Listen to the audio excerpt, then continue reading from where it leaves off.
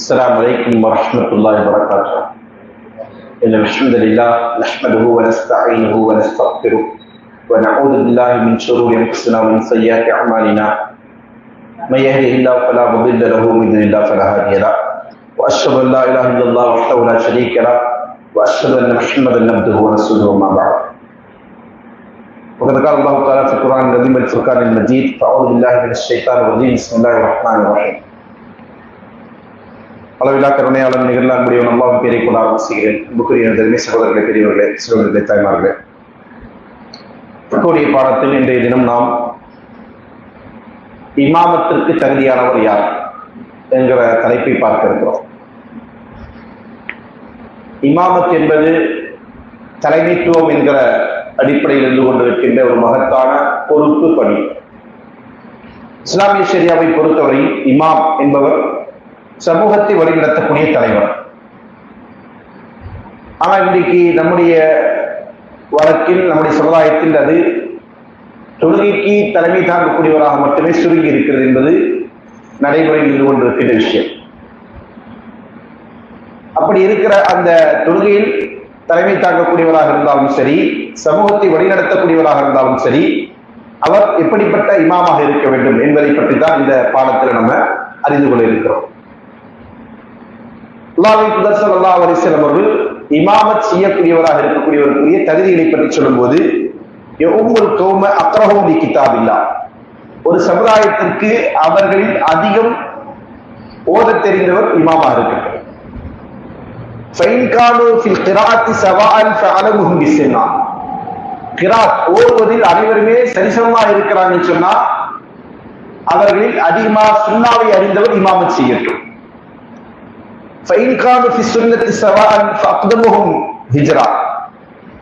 சுன்னாவை அறிந்திருப்பதில் எல்லோரும் சமமாக இருப்பார்கள் என்று சொன்னால் அவர்கள் ஹிஜ்ரத்தால் முந்தியவர் இமாமத் செய்யட்டும்.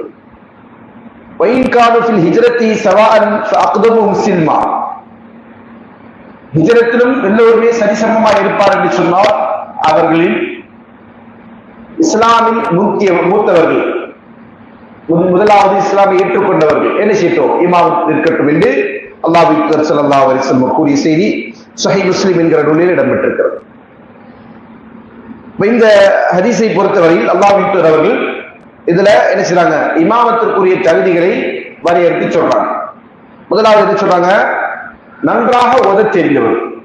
ஓதத் தெரிந்தவர் என்று சொன்னால் ஓதுதல், ஓதக்கூடிய வசனத்துடைய பொருள், அதனுடைய சட்டங்கள், அதில் சொல்லப்படுகிற செய்திகள், இவை அனைத்தையுமே உள்ளடக்கி அதை விளங்கியவர் தான் காரி. அந்த அடிப்படையில் அதிகம் கிராத்தை தெரிந்தவர், திறம்பட கிராத்தை ஓதக்கூடியவராக இருக்கக்கூடியவர் தான் தொழுகை நிற்பதற்கு மிகவும் தகுதியானவர். ஒருவருக்கு ஓத மட்டும் தெரியும், நன்றாக ஓதுவார், அதிகமாக மரணம் செய்து வைத்திருக்கிறார், ஆனால் அவருக்கு சட்டங்கள் தெரியாது, ஃபிக்ஹுடைய சட்டங்கள் தெரியாது, தொழுகையுடைய சட்டங்கள் தெரியாது அப்படின்னு சொன்னா, இன்னொருவர் தொழுகையுடைய சட்டங்களை அறிந்தவராகவும் இருக்கிறார் அப்படின்னு சொன்னா அப்ப யார் தான் இமாமா? அந்த சட்டம் அறிந்தவர். ஒருவேளை அந்த சட்டம் தெரிந்தவருக்கு இவரை விட குறைவாகத்தான் ஓத தெரியும் என்கிற நிலை இருக்கலாம். அப்படி இருந்தாலும் அவர் தான் யாரு? இமாமா இருப்பதற்கு தகுதியானவர். இருந்தால் கிராத் என்பது வெறுமனே பொருள் புரியாமல், விளக்கம் தெரியாமல், சட்டங்களை அறியாமல் ஒருவரை குறிப்பிட்டு சொல்லப்பட்டதல்ல. காரி என்று சொன்னால் எல்லாமே அறிந்தவர் தான் காரி. அந்த அடிப்படையில் தான் இருக்க வேண்டும் என்பது முதல் நிபந்தனை. இரண்டாவது, கிராத்தில், அதாவது ஒரு பகுதி இருக்கிறது, அங்கே ஹாஃபிதுகள் நிறைய இருக்கிறாங்க, எல்லா ஹாஃபிதுகளுக்கும் குர்ஆனுடைய சட்டங்கள் தெரியும், தஜ்வீது தெரியும், தொழுகையுடைய அஹ்காம்கள் தெரியும் என்கிற நிலை இருந்தது என்று சொன்னால் அப்ப அவங்களை யார் முற்படுத்தணும் சொன்னா அலமுஹும் பிஸ்ஸுன்னா, சுன்னாவை அதிகம் அறிந்தவர்.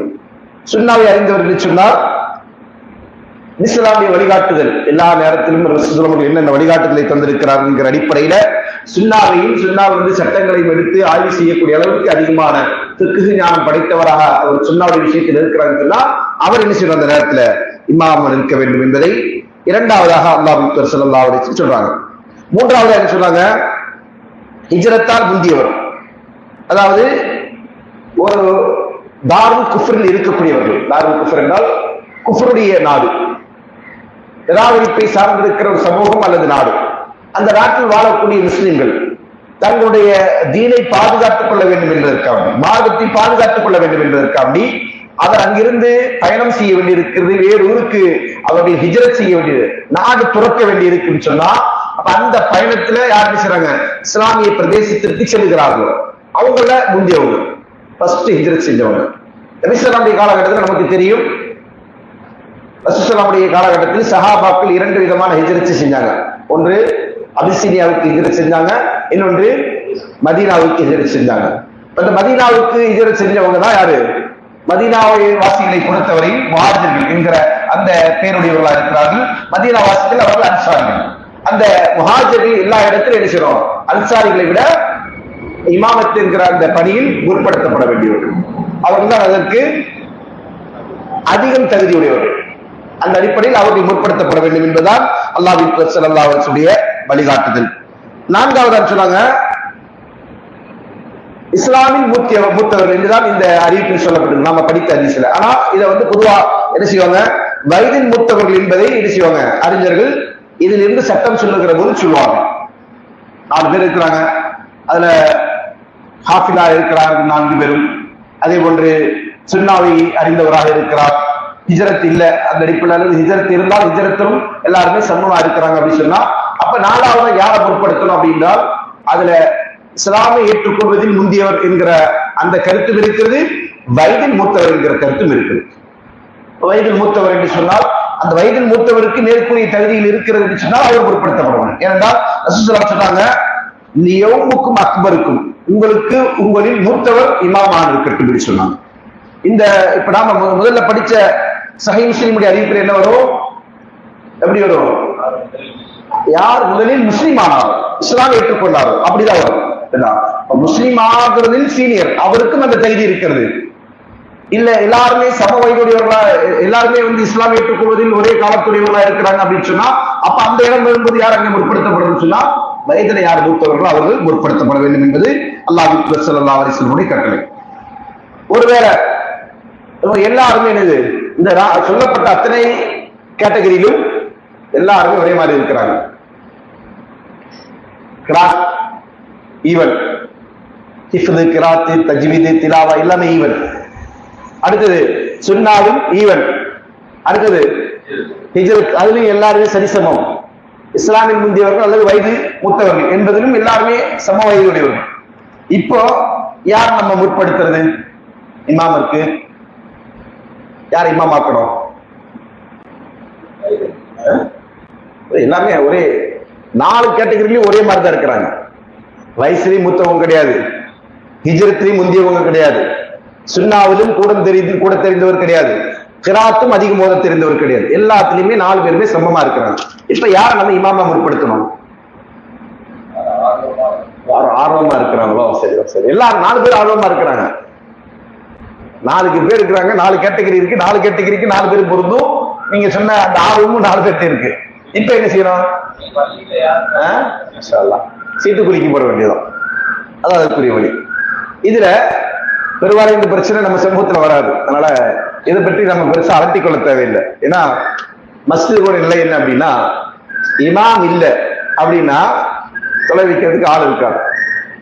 குறிப்பா ஃபஜ்ருடைய தொழுகை, மக்ரிப் இஷா தொழுகை இல்லையா, முன்னாடி சஃப்ல உள்ளவங்க எல்லாம் பின்னாடி ஓடுவாங்க. அன்னைக்குதான் எங்க நம்மளை பிடிச்சி நிக்க வச்சிருவாங்கன்னு பயந்துட்டு நினைச்சுவாரு, பின்னாடி ஓடுவாரு. ஏன்னா அவருக்கு ஓத தெரியாது. அவரு சமூகத்துல யாரா இருப்பாரு? ஆஜியார் அப்படின்னு வளம் வந்துட்டு இருப்பாரு இல்லையா, பள்ளியோட முத்தவழியா கூட இருப்பாரு. தொலை வைக்க சொன்னா என்ன ஆயிடும்? முடிஞ்சு போச்சு. அப்ப அந்த மாதிரி நிலையில இருக்கிறதுனால இந்த பிரச்சனை வராது. ஒருவேளை அப்படி வந்தால் பொதுவா என்ன செய்வாங்க அப்படின்னா, மார்க்கத்தை, குரானை, சுன்னாவை கற்றவராக ஒருவர் இருந்தால் அவர் ஒரு பண்பாளராகவும் இருப்பார் என்கிற காரணத்தினால் மேக்சிமம் அவர் என்ன செய்வாரு? தன்னை விட அடுத்தவரை முற்படுத்த முயற்சிப்பார். நீங்க நில்லுங்க அப்படிதான் அவர் செய்வார். நான் நிக்கிறேன் 4 பேர் நினைச்ச மாட்டாங்க, போட்டி போட்டுக்கொண்டு நிக்க மாட்டாங்க. ஒருவேளை அப்படி ஒரு போட்டி நடந்தால், ஒரு பள்ளி இருக்கு, முன்னாள் இமாம், இன்னார் இமாம், அதுக்கு அடுத்த அசிஸ்டன்ட் இமாம், இப்படி எல்லாம் நினைக்கிறாங்க நியமிக்கப்பட்டு இப்ப எல்லாருக்கும் மத்தியில் என்னாச்சு, நான் தான் இமாம் அப்படின்ற ஒரு சண்டை நடக்குதுன்னு வச்சுக்கிட்டா, அப்ப நம்ம அதுல தீர்வு காண்றதுக்கான வழி என்ன? சீட்டு குலுக்கி போடுவோம், யார் தேர்ந்தெடுக்கப்படுறோமோ அவங்க தொகை வைக்கணும். இதுதான் அதற்குரிய தீர்வு. அடுத்ததாக இதெல்லாம் எப்போ அப்படின்னு சொன்னா, ஒரு பள்ளியில் நியமிக்கப்பட்டிருக்கிற இமாம் ஒருவர் இல்லாத போது, இந்த பள்ளிக்கென்று நியமிக்கப்பட்டிருக்கிற ஒரு இமாம் இல்லாத போதுதான் இந்த சிக்கல் எல்லாம். ஒரு இமாம் இருக்கிறார் என்று சொன்னால் அவர் தான் எங்க இமாம். அவருடைய அனுமதியின்றி வேறு யாரும் என்ன செய்யக்கூடாது, அந்த இடத்துல தொழுகை நடத்தக்கூடாது. அதே போன்று ஒரு வீட்டிற்கு செல்கிறோம், அந்த வீட்டுடைய உடைமைதான் இமாமத் செய்வதற்கு தகுதியானவர், அவர் தான் எனக்கு இமாமா இருக்கணும். நாங்க மார்க்கம் நான் படிச்சிருக்கிறேன், எனக்கு குர்ஆன் தெரியும், சுன்னா தெரியும், ஃபிக்ஹ் தெரியும், சட்டம் தெரியும் அப்படின்னு சொன்னாலும் நான் என்ன செய்யக்கூடாது, அவருடைய வீட்டுக்கு சென்றால் அங்கே நம்ம இமாமா நிற்கக்கூடாது. யார் தான் இமாம் நிற்கணும், இந்த வீட்டுடைய உரிமையாளர் தான் எனக்கு தகுதியானவர்.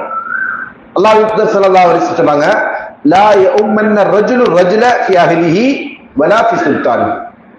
ஒரு மனிதன் இன்னொரு மனிதனுக்கு இமாமாக இருக்க வேண்டாம், எங்க அவருடைய குடும்பத்திலும் அதே போன்று அவருடைய ஆட்சிக்கு உட்பட்ட இடத்திலும், அதிகாரத்திற்கு உட்பட்ட இடத்தில் அவருக்கு எங்க அதிகாரம் இருக்கிறதோ அங்க போய் நம்ம நினைச்சக்கூடாது, இமாமாக இருக்கக்கூடாது. இந்த இரண்டு இடங்களும் இருப்பதற்கு தகுதியானவர் அல்ல. அப்ப அந்த அடிப்படையில் நம்ம செஞ்சோம், நியமிக்கப்பட்டிருக்கிற இமாமையும் சொன்னோம்.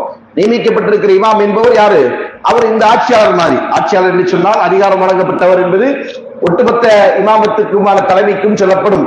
அதே போன்று பொதுவான முறையில் எங்கெல்லாம் யாருக்கு அதிகாரம் கொடுக்கப்பட்டிருக்கிறதோ அந்த பகுதியில், அந்த அடிப்படையில மஸ்ஜிதிற்கு ஒரு இமாமா நியமித்திருக்கிறார் என்று சொன்னால் அவர்தான் அந்த மஸ்ஜிதுக்கு இமாமா இருப்பதற்கு தகுதியானவர்.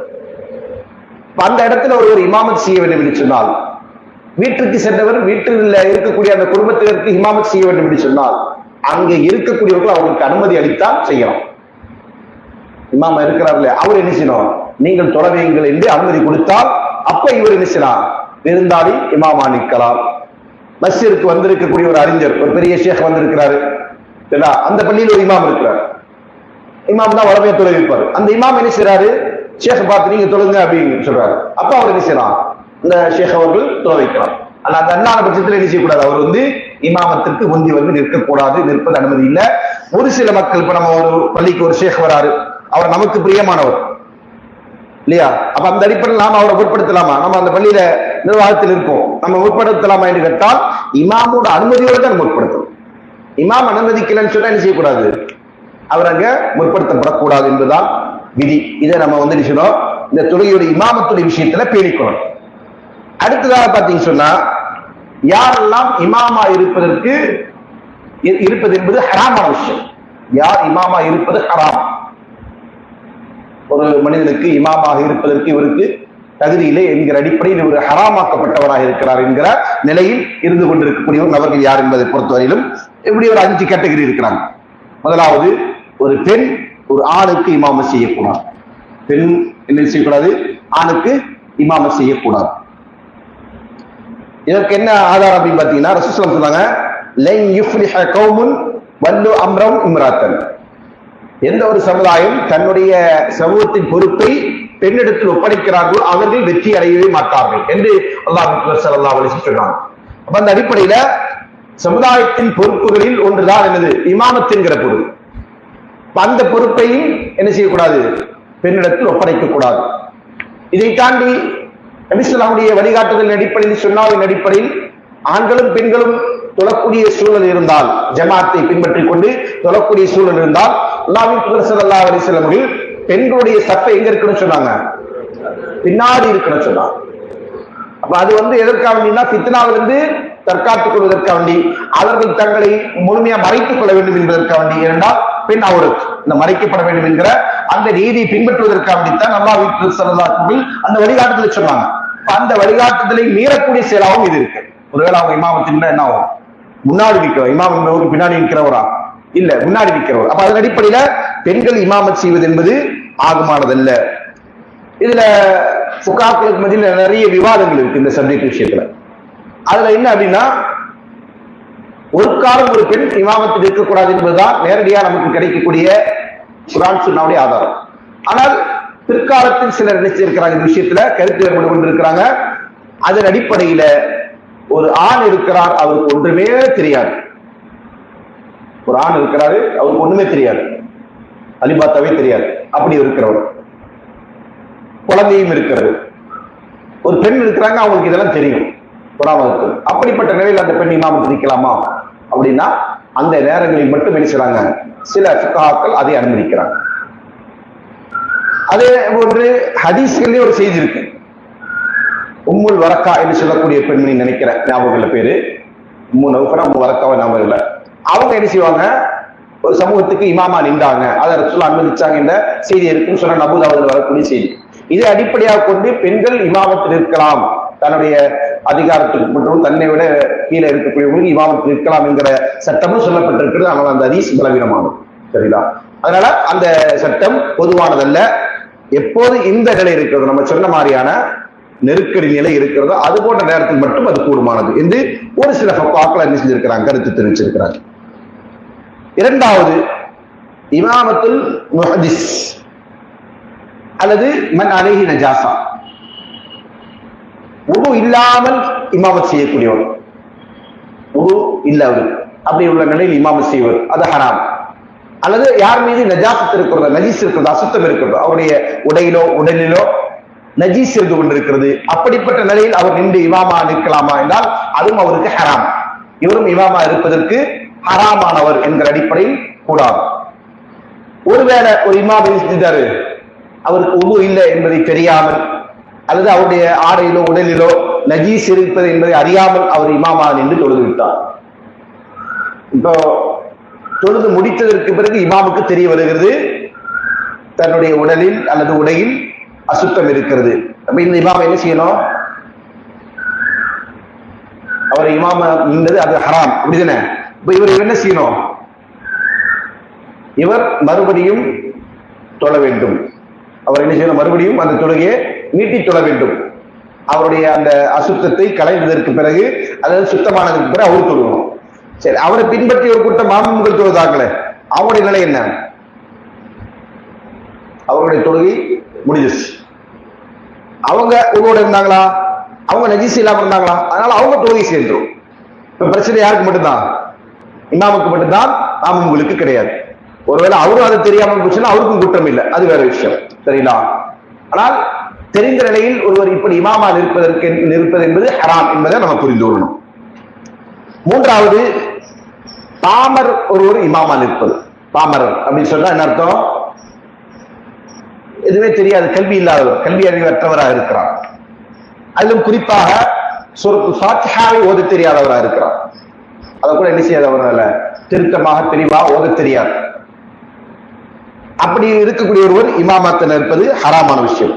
அவரு அது மனப்பாடம் இல்லை அல்லது தெளிவான முறையில் அதை திருத்தம் ஓத மாட்டார், இதுகாம் செய்ய வேண்டிய இடத்துல இதுகாம் செய்ய மாட்டார், இஹ்ஃபா செய்ய வேண்டிய இடத்துல இஹ்ஃபா செய்ய மாட்டார், வார்த்தையுடைய பொருளை மாறக்கூடிய விதத்தில் அதனுடைய அந்த மொழி நடையை மாற்றுவார், வார்த்தைகளை புரட்டுவார். அப்படின்னு சொன்னா அப்படி உள்ளவர் என்ன செய்யக்கூடாது, இமாமா நிற்பதற்கு தகுதி இல்லை. அவருக்கும் இமாமத் நிற்பது என்பது ஹராமான விஷயம்.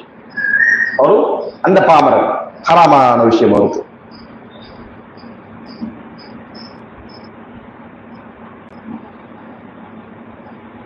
ஏன்னா சூரத்துல் ஃபாத்திஹாவை பொறுத்த வரைக்கும் நம்ம என்ன சொன்னோம், தொழுகையில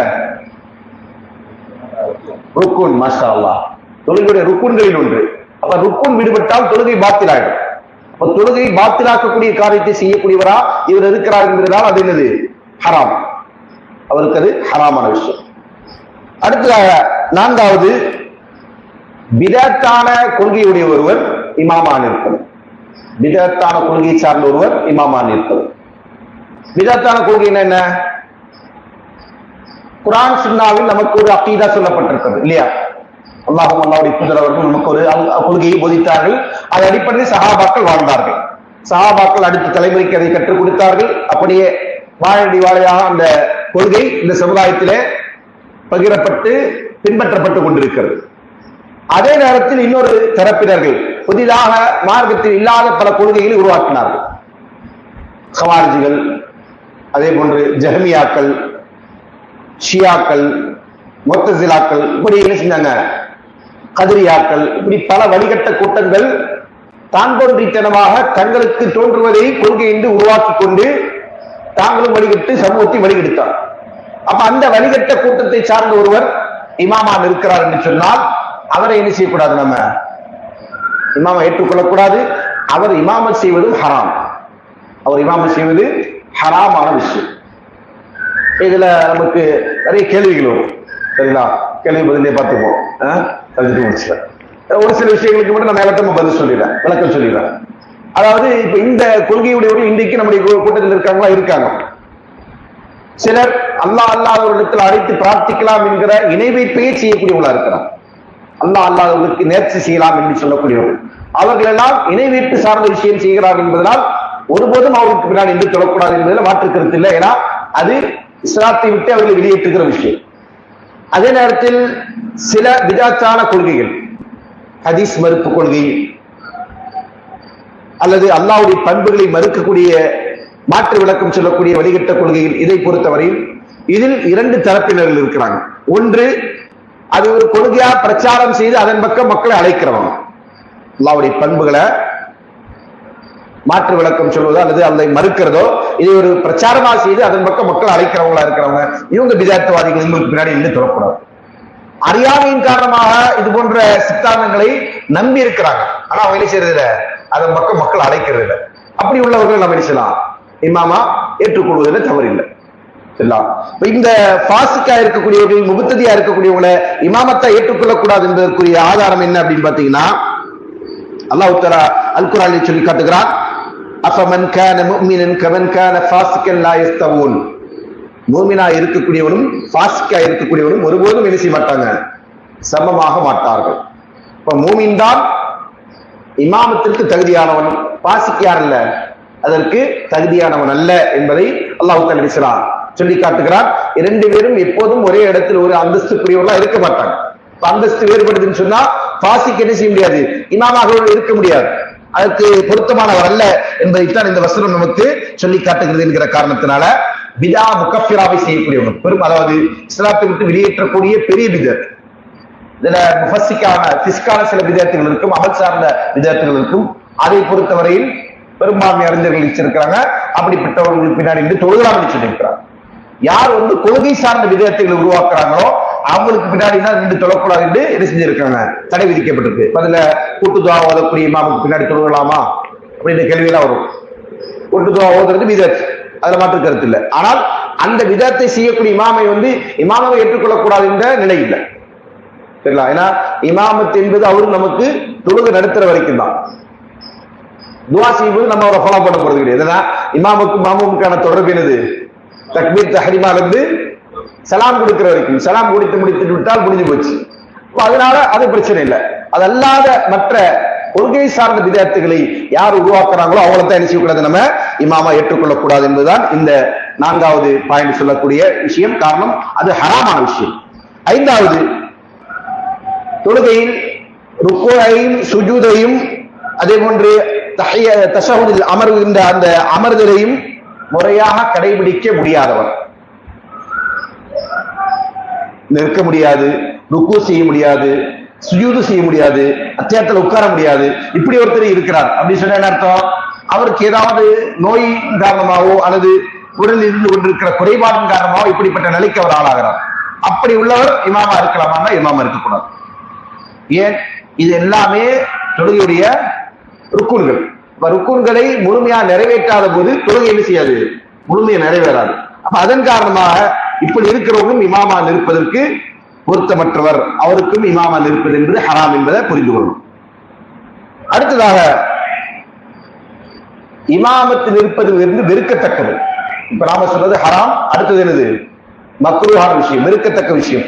இது யாருக்கு அப்படின்னு சொன்னா, இதுல முதல் கேட்டகரி குர்ஆனுடைய வசனங்களை ஓதுகிற போது, சூரத்துல் ஃபாத்தியாவை தவிர்த்து மற்ற வசனங்கள் ஓதுகிறது, மற்ற சூறாக்களை ஓதும் போது அவர் என்ன செய்வாரு, அந்த வார்த்தையின் பொருள் மாறும்படியான முறையில் அதை உச்சரிப்பார். வசனத்துடைய பொருள் ஒன்னவா இருக்கும், இவர் உச்சரிச்சு என்ன செய்வார், அதை வேற ஒரு பொருளா மாத்திடுவாரு, வேற ஒரு வார்த்தையை மாத்திடுவாரு. அப்படி உள்ள விதத்தில் அவருடைய அந்த ஓதுதலில் பிழை விடுகிறார். அந்த அதுபோன்று அப்பட்டமான தவறு இழைக்கக்கூடிய ஒருவர் இருந்தார் என்று சொன்னால் அவருக்கு பின்னாடி நின்று தொழுவது என்பது வெறுக்கத்தக்க விஷயம். அவரும் இமாமத்தில் இருக்கிறது வெறுக்கத்தக்க விஷயம். ஏன் சொன்னாங்க, அக்ரஹும் லி கிதாபில்லா, குர்ஆனை நன்கு ஓத தெரிந்தவர்கள் இமாமா நிற்கட்டும். அப்ப இவருக்கு ஓத தெரியாது, இவர் நிற்கிறதே என்னது விரும்பத்தகாத விஷயம் என்கிற அடிப்படையில் இது மக்ரூஹான விஷயம். இரண்டாவது, ஒரு சமுதாயம் ஒருவரை வெறுக்குது. யார? இமாமா இருக்கிறவரை வெறுக்கிறாங்க அப்படின்னா அவர் இமாம செய்யக்கூடாது.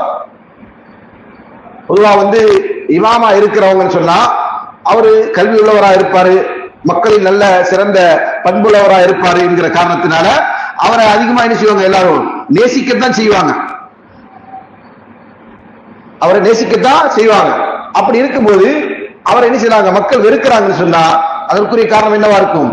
ஒண்ணு அவருடைய செயல்பாடுகள், அவருடைய தகுதியின்மைகள் என்கிற காரணத்தினால மக்கள் வெறுப்பாங்க. ஒரு சாரார் வெறுக்கிறாங்க, ஒரு சில பேர் வெறுக்கிறது இல்ல, மொத்தமா மக்கள் என்ன செய்யறாங்க, அவரை வெறுக்கிறாங்க. அப்படி சொன்னா அப்படி உள்ளவர் யாரு? இமாமா நிற்பதற்கு தகுதியற்றவர் என்பதை என்ன செய்யணும், புரிந்து கொள்ளணும். ஏன்னா அல்லாஹ் ஸல்லல்லாஹு அலைஹி சொல்றாங்க, ஸலாத்துன் லா துர்ஃபஉ ஸலாத்துஹும் ஃபௌக ரூஸிஹிம் ஷிப்ரா, மூன்று நபர்கள் அவருடைய தொழுகை அவருடைய தலைக்கு மேலாக ஒரு ஜான் கூட உயர்த்தப்படாது. அவருடைய தொழுகை அவருடைய தலைக்கு மேலாக ஒரு ஜான் கூட உயர்த்தப்படாது என்கிற ஒரு செய்தி இருக்கிறது. ஆனால் இந்த ஹதீஸை பொறுத்த வரைக்கும் இது பலவீனமான ஹதீஸ். இந்த ஹதீஸ் பலவீனமான ஹதீஸ். ஆனா இந்த ஹதீஸை அடிப்படையாக கொண்டு அறிஞர்கள் இருக்கிறாங்க, இந்த சட்டத்தை சொல்லி இருக்கிறாங்க. என்னது?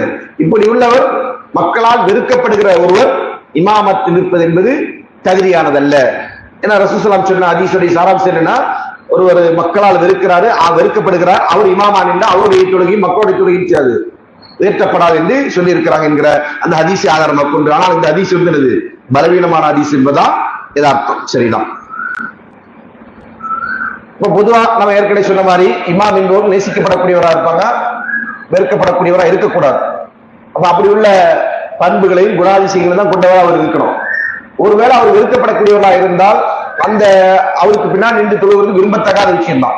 என்ன காரணம்? மனிதனுக்கு தொழுகையில் இருக்கக்கூடிய குஷு போயிடும் இல்லையா? ஒண்ணும் இல்லை, மஸ்ஜிதில் நியமிக்கப்பட்டிருக்கிற இமாம் இருக்கும்போது நமக்கு பிரச்சனை இல்லை, இவர் தான் இமாம் நமக்கு தெரிஞ்சுதான் பள்ளிக்கு போவோம் இல்லையா? ஒரு நாள் நம்ம என்ன செய்யறோம், பள்ளிக்கு போறோம், அந்த பள்ளியில நியமிக்கப்பட்ட ஒரு இமாம் இல்லை, யாராவது வரவங்க தொழு வைப்பாங்க. நாம போற அன்னைக்கு என்ன செஞ்சிட்டாரு, நம்முடைய எனிமி தொழுகைக்கு நிற்கிறாரு. யார்ட்டையும் எனிமிட்டி கொண்டு நடக்கணும்னு சொல்லல, ஒரு உதாரணத்துக்கு சொல்றேன். சரி, அப்படி நடக்குதுன்னு வச்சுக்கீங்களேன். இப்ப நம்ம தொழுகை நின்று இவனா தொழுகைக்கு நிற்கிறான் அப்படி முதல்ல நமக்கு பார்த்த உடனே என்ன செய்யணும், ஏதாவது ஒண்ணு இருக்கும், கொடுக்கல் வாங்கல் பேச்சுவார்த்தை ஏதாவது ஒரு அசம்பாவிதம் ஏற்பட்டிருக்கும், அதனால ஒரு வெறுப்போட நம்ம மேல இருக்கும். இருக்கக்கூடாது, அதெல்லாம் கலைஞ்சுதான் இருக்கணும். அப்படி ஒரு வேலை இருந்துட்டு நம்ம என்ன செய்யறோம், அவரை இமாமா ஏத்துக்கிட்டு தொழுகையில நின்று என்ன ஆகும் சொல்லுங்க? தொழுகையில குஷு இருக்காது. தொழுகை ஃபுல்லா என்ன ஓடும், அப்படி பண்ணவனாச்சு, இப்படி பண்ணவனாச்சு, அப்படி பேசி வச்சனாச்சு, இப்படி செஞ்சவனாச்சு, இப்படி என்ன செய்யும், அந்த நபரை பற்றி எண்ணங்கள் தான் ஓடும். சரிங்களா? அப்ப தொழுகை என்ன ஆயிடும், தொழுகை பாலாயிடும். அதனால அது வெறுக்கத்தக்க காரியம் என்பதில் மாற்று கருத்து இல்லை. ஆனால் இந்த அறிவிப்பு ஹதீஸ் என்பது பலவீனமானது என்பதை கவனத்தில் கொள்ளணும். சரிங்களா? மூன்றாவது, தொழுகையில் ஓடுகிற போது சில எழுத்துக்களை என்ன செய்றாங்க, முழுங்கிடுவாங்க. அப்படி ஒரு சில பழக்கம் சில மக்கள் இருக்கும் இல்லையா?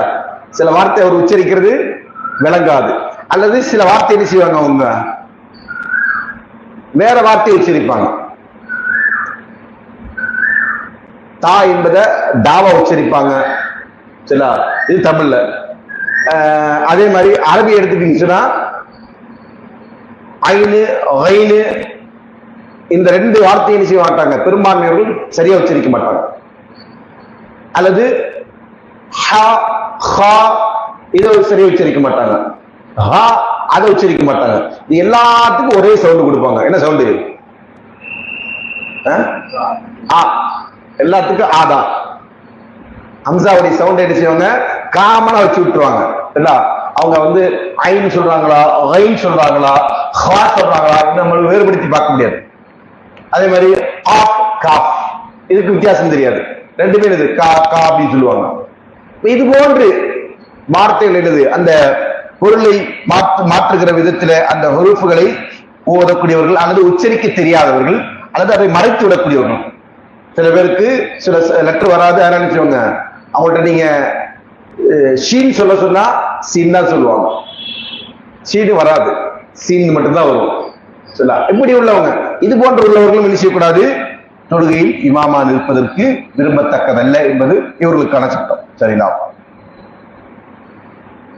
அப்படின்னு போலாமா? அப்படின்னு போலாமா? அடுத்ததாக இமாமுடைய இடம், மஅமூமுடைய இடம். இமாம் மஅமூம் எங்க தொழுகையில நிற்கணும்? சரிங்களா? பொதுவா இமாம் என்பது என்ன சொன்னோம், தொழுகையில் முற்படுத்தப்பட்டு நிறுத்தப்பட வேண்டும். மாமூம்கள் என்ன சொன்னோம், இமாமுக்கு பின்னாடி இருக்கணும். எப்போ மாமூம்களாக, அதாவது இமாமை பின்தொடர்ந்து தொழக்கூடியவர்களாக 2 நபர்கள் அதற்கு அதிகமானவர்கள் இருந்தால், சரிங்களா? இல்ல 2 பேர் தான் இமாமத்து நிற்கிறாங்கன்னு அர்த்தம். எப்படி செய்யணும்? 2 பேருமே ஈவனா தான் நிக்கணும், சமமா தான் நிக்கணும். அப்போ முன்னாடி பின்னாடி நிக்கிறது இல்லை. ஏன்னா அந்த 2 பேரும் சேர்ந்துதான் சஃப். இங்க கவனிக்க வேண்டிய விஷயம் என்ன, 2 பேரும் சேர்ந்துதான் சஃபே தவிர இமாம் மாமூம் என்கிற அந்த அடிப்படையில் அங்கே சஃப் வேறுபடுத்தப்படுவதில்லை. அதனால என்ன செய்யணும், அப்படி வருகிற போது 2 பேருமே என்ன செய்யணும், நேராக நிற்க வேண்டும். ஏன்னா ரசூலுல்லாஹி அவர்கள் தொலை வைத்த போதெல்லாம் என்ன செஞ்சாங்க, ரசூலுல்லாஹி அவர்கள் நின்ற போது மக்கள் எல்லாம் அவங்களுக்கு பின்னாடி நின்றாங்க. அன்ன ஜாபிரன் வ ஜப்பாரன் வகஃபா அஹதுமா யமீனி வல் ஆஹரு யஸாரி. ரசூலுல்லாஹி அவர்களுடைய காலத்துல ரசூலுல்லாஹ் தொலை வைக்கும் போது என்ன செஞ்சாங்க, ஒருத்தர் என்ன செஞ்சாரு, இடதும் இன்னொருத்தர் வலதும் நின்றார். அப்ப ரசூலுல்லாஹி என்ன செஞ்சாங்க, தாகத பி ஐதிஹுமா ஹத்தா அகாமஹு கல்ஃபு. 2 பேரையும் பின்னாடி கையை பிடிச்சிட்டு இருந்தாங்க, பின்னாடி ஆக்கிட்டாங்க. வலதுல உள்ளவங்க வலது கையை பிடிச்சிட்டு பின்னாடி போங்க, இடதுல உள்ளவங்க இடது கையை பிடிச்சு பின்னாடி போங்கன்னு தள்ளி விட்டு 2 பேரும் என்ன செஞ்சாங்க, 2 பேரும் நின்ற போது. அப்ப இந்த அடிப்படையில் செய்யணும், 2 பேரும் அதற்கு மேல இருக்கக்கூடியவங்களா இருந்தால் முன்பின்னாக இமாமுக்கும் மாமூமுக்கும் முன்னாடி பின்னாடி என்கிற அடிப்படையில் தான் சஃப் இருக்க வேண்டும் என்பது சொன்னான். அனஸ் ரலியல்லாஹு அன்ஹு என்ன செய்றாங்க, ரசூலுல்லாஹி தனியா தொழுகிறாங்க, இரவு தொழுகை தொழுகிறாங்க. அப்ப அனஸ் ரலியல்லாஹு அன்ஹு என்ன செய்றாங்க, ரசூலுல்லாஹ் போய் நிக்கிறாங்க. எங்க போய் நிக்கிறாங்க, இடதுபுறம் போய் நிக்கிறாங்க. ரசூலுல்லாஹ் என்ன செய்றாங்க, அப்படி அவரை பிடிச்சு பின்பக்கமா இழுத்து வலதுபுறத்துல நிக்க வைக்கிறாங்க. அப்ப அந்த இடத்துல என்ன செஞ்சாங்க, ரசூலுல்லாஹ் அவரோட சமமா ஆக்கி நிறுத்தினாங்க என்கிற அடிப்படையில ஒருவர் மட்டுமே இருந்து கொண்டு இமாமோடு சேர்ந்து தொழுகிறார் சொன்னால் அப்ப என்ன சொன்னோம், அவருக்கு நேராக நின்று கொள்ள வேண்டும். அதே போல பின்னாடி நிக்கிறதுக்கு அனஸ் ரலியல்லாஹு சொல்லக்கூடிய ஒரு ஹதீஸ் ஆதாரம் இருக்குது. சும்ம யஅம் ரசூலுல்லாஹி ஸல்லல்லாஹு அலைஹி வஸல்லம் வ நகும் கல்ஃபா வ நுஸல்லி ஃபயுஸல்லி பினா. ரசூலுல்லாஹி இமாமத் செய்வாங்க, நாங்க அவங்களுக்கு பின்னாடி நிற்போம், எங்களுக்கு அவர் என்ன செய்வாரு, தொழுகை நடத்துவார் அப்படின்னு சொல்லக்கூடிய செய்தி இருக்கிறது. இப்ப இதெல்லாம் அடிப்படையாக கொண்டு இந்த இமாம் மஅமூம் என்கிற நிலையில நாம் நிற்க வேண்டிய இடம், இமாம் முன்னால் இருக்க வேண்டும். 2 அதிகமானவர்கள் சஃப்ல இருக்கிறாங்க சொன்னா, ஒருவர் மட்டும்தான் இருக்கிறார் சொன்னால் இமாமோடு நிச்சயம் நேராக நிற்க வைக்க வேண்டும் என்பதுதான் அதற்குரிய சுன்னா. இப்படிதான் என்ன செய்யப்பட்டிருக்கு, இமாம் மாமூமுடைய விஷயத்துல நமக்கு மார்க்கம் வழிகாட்டி இருக்கிறது என்பதை புரிய வேண்டும். சரிங்களா? அடுத்தது எதை இமாம் மாமூமுக்காண்டி பொறுப்பேற்று இருக்கிறார் தொழுகையில, இமாம் மாமூமுக்காண்டி செய்ய வேண்டிய காரியம் என்ன? ஜஹரியான தொழுகை. ஜஹரியான தொழுகை என்ன அர்த்தம், வெளிப்படையாக கிராத் ஓதி தொழுகின்ற தொழுகை தான் ஜஹரியான தொழுகை. அந்த தொழுகையை பொறுத்தவரையில் அந்த வெளிப்படையான கிராத் என்று சொன்னால் சூரத்துல் ஃபாத்திஹா அல்லாதது துணை சூறாக்கள், அதை இமாம் மாமூமுக்காண்டி பொறுப்பேற்று இருக்கிறார். அப்படின்னா அவர் ஓதினால் போதுமானது, நாம் என்ன செய்ய வேண்டியதில்லை, ஓத தேவையில்லை, நாம் ஓத தேவையில்லை. அவர் எந்த சூறா நமக்கு தெரிஞ்ச சூறா ஓதினாலும் சரி, தெரியாத சூறா ஓதினாலும் சரி, பழமையா தெரியாத சூறா ஓதும் போது என்ன செஞ்சிருவோம், இமாம நீங்க போற வழியில் நீங்க போங்க, நாங்க வேற வேலையை பார்த்துட்டு இருக்கிறோம்னு சொல்லி நம்முடைய கவனங்களை சிதற விட்டுருவோம் இல்லையா? தெரிஞ்ச சூறா ஓதும் போது அப்போ ஒரு ஆர்வம் வருது, என்னது, இந்த சூறாவை நமக்கு தெரியுமே, நம்மளும் 4 வரி ஓதுவோம் அப்படின்னு ஓதுவாங்க. அது செய்யக்கூடாது, எல்லா இடத்துலயும் இருக்கணும். ஏன்னா கிராத் அந்த இடத்துல இமாமுடைய ரெஸ்பான்சிபிலிட்டி, இமாமுடைய பொறுப்பு. அதனால இமாம் இருக்கணும், ஓதணும். ஏன்னா ரசூலுல்லாஹி சொன்னாங்க, இதா கரஅ ஃபன்சித்து, இமாம் ஓதினால் நீங்க என்ன செய்யுங்க, மௌனமா இருங்க. இமாம் ஓதினா நீங்க மௌனமா இருங்க. அப்படின்னா இமாம் ஓதுறது ஜஹரியா தெரியும், அதான ஓதுறதுன்னு அர்த்தம். அந்த அடிப்படையில் மன் கான லஹு இமாமுன் ஃபகிராத்துஹு லஹு கிராத்து, யாருக்கு இமாம் இருக்கிறதோ இமாமுடைய கிராத் தான் அவருக்கான கிராத். இப்படி என்ன செஞ்சாங்க ரசூலுல்லாஹி சொன்னாங்க. இப்ப இது சூரத்துல் ஃபாத்திஹா அல்லாத சூறாவுக்கு தான் பொருந்தும். நம்ம ஏற்கனவே என்ன செஞ்சிருக்கிறோம், தொழுகையுடைய ருக்குன் என்பதுல சூரத்துல் ஃபாத்திஹா வரும் என்கிற அடிப்படையிலும் அதற்கு பின்னால் இருந்து கொண்டிருக்கிற கருத்து வேறுபாடுகளை சொன்னதற்கு பிறகு நாம் இதை விளக்கி இருக்கிறோம். அதனால இமாம் ஓதும்போது நம்ம நினைச்சணும் மௌனமா இருக்கணும். சரியான தொழுகையை பொறுத்தவரையில நாம ஓதுறதுக்கு இமாம் பொறுப்பேற்க மாட்டார். எல்லாத்தையும் நம்ம தான் நினைச்சணும் ஓதணும். பாத்தியாவும் ஓதணும், துணைஸ்வராவும் நம்ம தான் ஓதிக்கொண்டாக வேண்டும். நமக்கு எவ்வளவு ஓத முடியுமோ அவ்வளவு ஓதிக்கொண்டால் போதுமானது. அதுல எந்த விதமான பிரச்சனையும் கிடையாது. சரிங்களா? அடுத்ததாக இமாமை முந்துவது. இமாமை அமைதியா இருக்கக்கூடாது.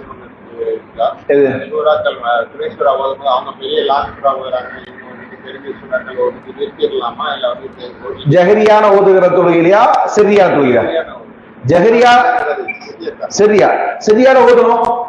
ஓதணும், அவங்க பெரிய ஓதுறாங்க, இவங்களால முடிந்த அளவுக்கு ஓதிக்கொண்டு இருக்கணும், மௌனமா இருக்கக்கூடாது. இவர்கள் எத்தனை சூறா அவங்களுக்கு பாடம் இருக்கிறதோ அதை ஓதிக்கொண்டு இருக்கணும். இமாம் ருக்குக்கு போயிட்டாருன்னா இவங்களை என்ன செஞ்சிடணும், ருக்கு போயிடணும். ஒரு 4 வசனம் ஓதி இருக்கிறோம், இன்னும் 2 வசனம் அந்த சூறால இருக்கு, பரவாயில்ல, அப்படியே விட்டுட்டு நினைச்சிட நம்ம இமாமோடு ருக்குக்கு போயிடணும். இமாமை எந்த நேரத்தில் நாம் நினைச்சக்கூடாது, முந்தக்கூடாது. அது நமக்கு ஹராமாக்கப்பட்டிருக்கின்ற விஷயம். ஏனென்றால் இமாம் என்பவர் தொழுகையில பின்பற்றப்படுவதற்காக நியமிக்கப்பட்டிருக்கிறார் என்கிற அடிப்படையில் இமாமத்தை பின்தொடர்வது என்பது ஷர்த்தா இருந்து கொண்டிருக்கு. எல்லா நேரத்திலும் என்ன செய்யணும், இமாம நம்ம அப்படியே முழுமையாக ஃபாலோ பண்ணணும். அவரு என்ன ரசூலுல்லாஹி சொன்னாங்க, இன்னமா ஜுஇலல் இமாமு யுத்தம பிஹி. இமாம் நியமிக்கப்பட்டிருக்கிறது அவர் மூலமா தொழுகையை நீங்கள் முழுமைப்படுத்துவதற்காக வேண்டிதான். ஃபைதா கப்பர ஃபகப்பிரு, அவர் தக்பீர் சொன்னா நீங்க தக்பீர் சொல்லுங்க. ஃபைதா ரக்கா ஃபர்கு, அவர் ருக்கு செஞ்சா நீங்க ருக்கு செய்யுங்க. வைதா கால சமி அல்லாஹு லிமன் ஹமிதா, சமி அல்லாஹு லிமன் ஹமிதா என்று இமாம் சொன்னார், ஃபகூலு ரப்பனா வலக்கல் ஹம்து, ரப்பனா லக்கல் ஹம்து என்று சொல்லுங்க. வைதா சஜித ஃபஸ்ஜுது, அவர் சஜிதா செஞ்சா நீங்க சஜிதா செய்யுங்க. அப்ப எந்த இடத்துல என்ன செய்யக்கூடாது, இமாம முந்தக்கூடாது. இமாமி தொடர்ந்து நம்ம நினைச்சணும், அந்த செயல்களை செய்யணும். சரி, முந்தக்கூடாது, பிந்தலாமா அப்படின்னு கேட்டா, பிந்துதல் என்பதும் என்ன செய்யக்கூடாது, ரொம்ப காலதாமத்தின் அடிப்படையில் இருக்கக்கூடாது, மிதமான அடிப்படையில் இருக்கலாம். இமாம் அல்லாஹ் அக்பர் என்று சொல்லி ருக்கு போயிட்டாரு, அதை தொடர்ந்து நம்ம போகலாம். சமி அல்லாஹு லிமன் ஹமீதா என்று கியாமுக்கு வந்துட்டாரு, நாமளும் வரலாம். இமாம் சுஜூதுக்கு போற வரைக்கும் நம்ம என்ன செய்யணும், நின்று இருக்கணும். சுஜூதுக்கு போன பிறகு நம்ம என்ன செய்யணும், போகணும். இதுதான் சுன்னா.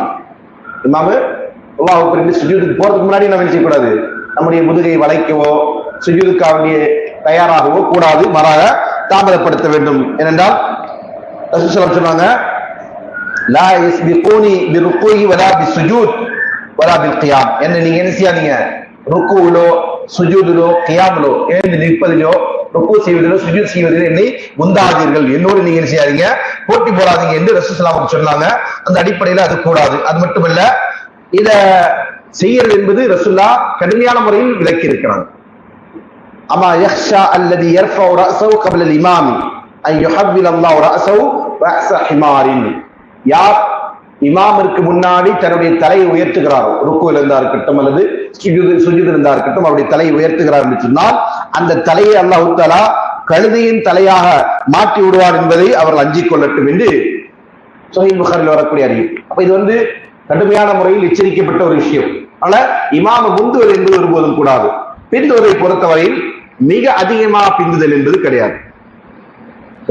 சில பேர் இமாம் ருக்குக்கு போயிட்டு ருக்கு வந்து ஏந்திருக்கிற நேரமாகும், இவர் என்ன பண்ணுவாரு, எனக்கு இன்னொரு 4 லைன் பாக்கி இருக்கு, அல்லது நான் ஓதிட்டு இருக்கிற சூறா முடிக்க வேண்டியிருக்கு அப்படின்னு நினைச்சு ஓதுவார். அல்லது நான் தாமதமா வந்துட்டேன், இமாம் ருக்குக்கு போறதுக்கு ஜஸ்ட் நான் வந்து ஜாயின் ஆனேன், நான் சூரத்துல் ஃபாத்திஹா ஓதணும், அதனால என்ன செய்றேன், அவருக்கு இப்பதான் போயிருக்காரு, கொஞ்ச நேரம் இருக்கட்டும், நான் வந்து ஜாயின் பண்ணிக்கிறேன் அப்படின்ற மாதிரி என்ன செய்வார், நின்றுட்டு சொல்லுவாரா, அதெல்லாம் கூடாது.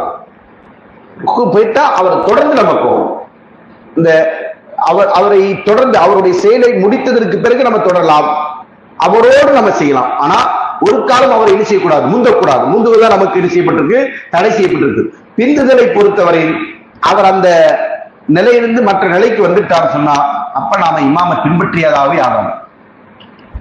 ருக்கு போறதுக்கு இமாம் போயிட்டாரு, நாம இப்பதான் தக்பீர் கட்டி இருக்கிறோம், சூரா ஃபாத்திஹா ஓதிக்கோமே அல்லது 3 வரியாவது ஓதணுமே, அப்பதான் நமக்கு அந்த ஜமாத் கிடைக்கும் என்று ஒருத்தர் நினைச்சு நினைச்சார், நின்று ஓதி ருக்குக்கு போனாரு, அதுக்குள்ள இமாம் செஞ்சுட்டாரு, சமி அல்லாஹு லிமன் ஹமிதா சொல்லிட்டாருன்னா அவருக்கு அந்த ரக்காத்தை சலாம போய் அவர் இமாம ஃபாலோ பண்ணது ஆகாது. அதனால என்ன செய்யணும், பிற்படுத்துதல் என்பது கூடும், ஆனால் அது என்ன செய்யணும், அந்த மிதமான அளவில் தான் என்பதை நம்ம புரிந்து கொள்ளணும். முற்படுத்துதல் ஒருபோதும் கூடாது, அது வன்மையாக கண்டிக்கப்பட்டிருக்கிற விஷயம் என்பதை நம்ம புரிந்து கொள்ள வேண்டும். இன்ஷா அல்லாஹ் இதை தொடர்ந்து வேறு சில இமாமத்துடைய சட்டங்களை பற்றிய பலதரப்பட்ட விஷயங்களை பற்றிய விளக்கங்கள் இருந்து கொண்டிருக்கிறது. வரக்கூடிய வகுப்பில் நம்ம இன்ஷா அல்லாஹ் பார்ப்போம்.